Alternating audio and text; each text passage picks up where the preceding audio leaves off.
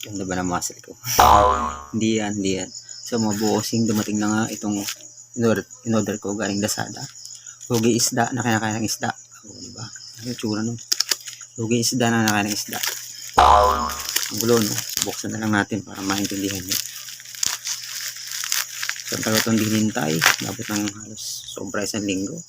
Galing pa kasi itong China. So ito na. Parang wala naman. Abracadabra.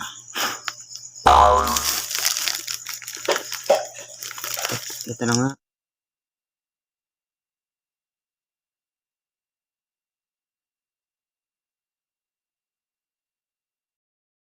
Uy, tumutin na. Ang gaan niya. Ang isda. Pamahin natin yan mga bossing. Ganda, no? Kintab. Pero parang di pa dito sa ano, sa fresh water, ewan ko lang. Nalaman natin ito pag sinubukan natin.